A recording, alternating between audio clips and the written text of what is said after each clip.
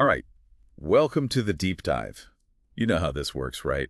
You send us some fascinating material, we roll up our sleeves, and we extract the key insights, the golden nuggets. Today, we are going deep, deep into the world of the patricians in ancient Rome. And the source you provided, well, it's a transcript from a YouTube video. Pretty interesting stuff. Our mission? Simple. Who were these patricians? What was their deal in Roman society? And really, what can we say about their influence? Were they the, noble guardians of Rome, or were they more focused on holding on to their own power? We know you want to get smart on this fast and without getting bogged down. So let's jump in. Yeah, let's do it. So when we talk about patricians, first things first, we got to figure out where that name even comes from. The video, points out that patrician comes from the Latin patricius, Makes sense. which itself, links back to patres, basically the founding fathers or the leading figures of those original Roman tribes. The gentes, you see the connection already right from the etymology. These guys were tied to Rome's very beginnings. Okay, so these were the original insiders, the OG Romans, if you will. Yeah. At the very top, elite, right? The video makes it clear they had serious political and economic advantages, making them the most influential folks in Rome. Exactly. And the video does a good job outlining that social structure at the top. You got your patricians, then you have the plebeians. They were free Roman citizens, but not quite on the same level, not the same social or political clout. Right. Then below them, you had the freedmen, former slaves with certain limits, and then, of course, the slaves themselves. And they were a huge part of the Roman economy, as you know.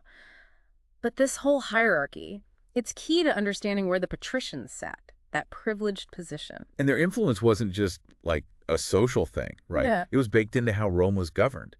The video really emphasizes their crucial role in Roman government, how they were the political leaders. Yeah. They held the wealth, and they were in all the key positions in the Senate and other parts of the government. And here's the thing, it wasn't just about official titles, right? It was more than that. The video talks about patronage, Yeah. a big element of Roman society. Patricians, they had a lot of influence over the lower classes through this system, this whole web of obligations and support. It was a powerful way for them to really, cement their power base. So going back to the early days, back to the beginning, the video brings up Plutarch, says Romulus himself established the patricians, gave them a fundamental role right from the start. There's even a suggestion that the word patrician could be connected to, tracing ancestry or this idea of paternal protection. They were meant to be the guardians, protectors of Rome. That's the narrative that comes through in those early historical accounts. Yeah. Dionysius of Halicarnassus, who the video mentions, he describes Romulus dividing the Romans up based on birth, virtue, and wealth. Patricians, naturally, they were right there at the top. And then you have Titus Livy. He backs this up, saying this whole division started with Romulus and his first senators. These weren't just random picks, This was the beginning of a hereditary ruling class. And here's where things get really interesting. The video points out that at first, Romulus reserved all the Roman magistracies for patricians. Yeah. Everything. Senate, religious roles, the judges. And then on top of that, you have this patron-client relationship, Right? creating a kind of legal dependency for the plebeians. Sounds like they had a pretty strong grip on power from the get-go. It was a very exclusive system. Yeah. And then, you have the Sabines being integrated, the Patres doubled in number, that core group was just strengthened. The video really emphasizes that membership was all about birth, not just money. Right. A crucial point. Because later on, you have wealthy plebeian families emerging. But for the patricians, it was their birthright that gave them that exclusive access. The Senate, the priesthoods, they had it all. They were the optimates, the best, the aristocrats. But, they weren't all singing from the same hymn sheet, were they? No, not at all. The video mentions that while they were, generally speaking, conservative, you have folks like, Julius Caesar. He was more aligned with the populares, those who weren't from those noble families. Different political leanings, even within the elite. Absolutely. And you often find that. Even in a powerful, privileged group, you're going to have different viewpoints, different strategies. Yeah. Caesar's a great example.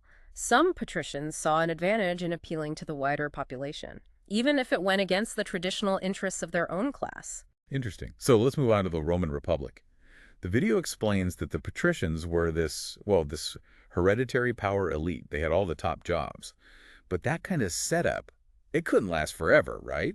Excluding such a big chunk of the population, that must have caused some serious friction. Oh, it absolutely did. And then, of course, they prohibited marriage between patricians and plebeians, Really? which only made things worse. The video highlights that secession of the plebes in 494 BC, a major turning point. It's secession. They walked out, went to the Aventine Hill, or Mons Sacer, depending on which account you're reading. This led directly to the creation of the plebeian tribunes. They had real power, Yeah. to protect the interests of the plebeians. Wow, that sounds like a real challenge to patrician authority. It was. And the video mentions that over time, by around 320 BC, all those major government positions, they were open to plebeians. That's a big shift. Yeah. The plebeians weren't just going to accept the status quo.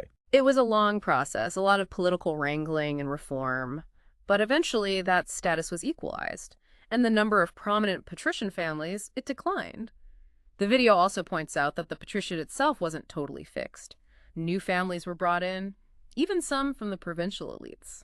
It's fascinating to think that all those famous families, the ones we always hear about, the Cornelii, the Valerii, the Iulii, the Claudii, the Aemilii, the Fabii, they were all patricians. Right. They really shaped the Republic. Right.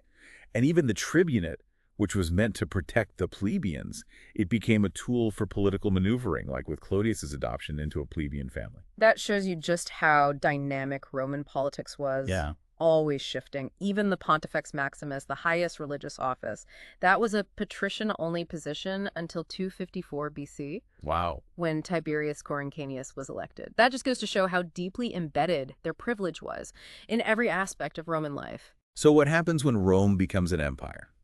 The video suggests that the patriciate starts to lose its practical importance, emperors consolidating power and all that. The prestige remained, but the real authority, it shifted. Right. The Senate's power diminished significantly under the emperors. Being a patrician was still a big deal socially, but it didn't guarantee political control the way it used to. Constantine I, he actually termed patrician into an honorary title, given to loyal supporters. That really marks the change. So it wasn't about your ancestry anymore. No, it became about imperial favor. Interesting. And by the 5th century, get this, the title patrician was often linked to the magister militum, the army commander, who was often, wait for it, of barbarian origin. Right. And essentially calling the shots. Yeah. Even installing and removing emperors. The video mentions Stilicho, Aetius, Ricimer, Odoacer. That's a far cry from those founding fathers, isn't it? It really is. Shows you how much the Roman state changed in its later years. And even after the Western Roman Empire fell, that title, it continued to evolve. In Italy, from the 8th century on, it meant nobility in the towns and cities. In the Byzantine Empire, patricios became a high court title, miles away from its original meaning. So let's circle back to their influence. The video really hammers home their privilege, their power as the aristocracy. They had exclusive access to the Senate and the right to hold those key positions, consul, praetor, censor. It gave them huge influence over the laws and policies. Their impact on how Rome was governed, it's hard to overstate. Absolutely. And then you have their economic power, all that land they owned, Right. the latifundia, the income they derived from it, all of that amplified their political clout. And of course, this concentration of wealth and resources, it led to those tensions with the plebeians. And all those reforms, like the Licinius Sextia Law of 367 BC, which chipped away at their exclusive hold on power. And what about their daily life? The video paints a picture of, well, serious wealth and leisure, huge estates in the countryside, luxurious city homes filled with art and fancy furniture, Yeah. public baths, theaters, sporting events, lavish banquets. Sounds pretty different from the average Roman. It was a life of comfort and privilege, that's for sure. Their economic security gave them the time to pursue cultural interests and to cultivate those all-important political networks. These weren't just perks. They were crucial to maintaining their status, their influence in Roman society. And their education, their culture, that set them apart too, didn't it? They had the best tutors, a thorough education in classic literature, rhetoric, philosophy. They were patrons of the arts, supporting artists and poets. Right. They even participated in those cultural events. Yeah. The theater, literary competitions. Seems like they cultivated not just power, but a certain cultural refinement. Definitely. Education and culture were really important markers of their elite status. It reinforced their bonds, their shared values. It contributed to their sense of being the natural leaders of Roman society, the ones best suited to guide the Republic. So to bring it all together, let's go back to that central question posed in the YouTube video. Were the patricians truly noble leaders, or were they primarily focused on holding on to their own power? We've covered a lot of ground here. What are your thoughts? What's really fascinating is that there's this inherent duality. Yeah. On the one hand, they were absolutely crucial in Rome's early development and success. They provided leadership, stability, at least initially, but on the other hand, they were very determined to protect their privileges, to resist sharing power.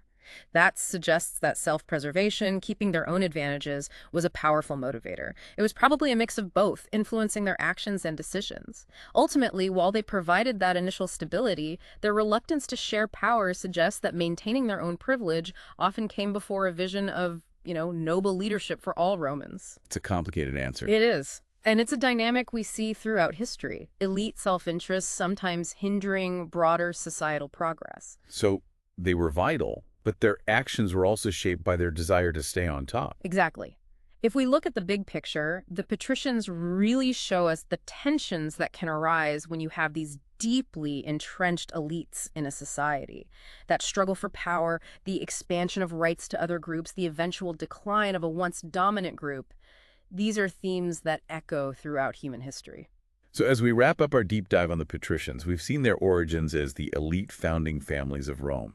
We've explored the immense political and economic power they held, and their huge influence on the early republic.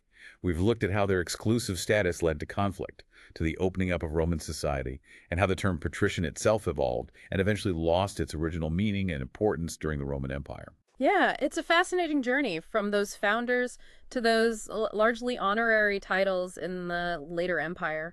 And understanding their story gives us a really valuable perspective on power and social change in the ancient world. And for you, our listener, as you think about what we've unpacked here, the Patricians and their role in Roman history, think about this constant tension, this struggle for power. What parallels might exist today in our own societies? When it comes to elite groups and the influence they have, it's a question worth pondering. Absolutely. It raises questions about power and privilege, questions that are relevant in any society, in any historical context. Thanks for joining us for the deep dive. Always a pleasure. We look forward to our next deep dive into the knowledge you've shared with us.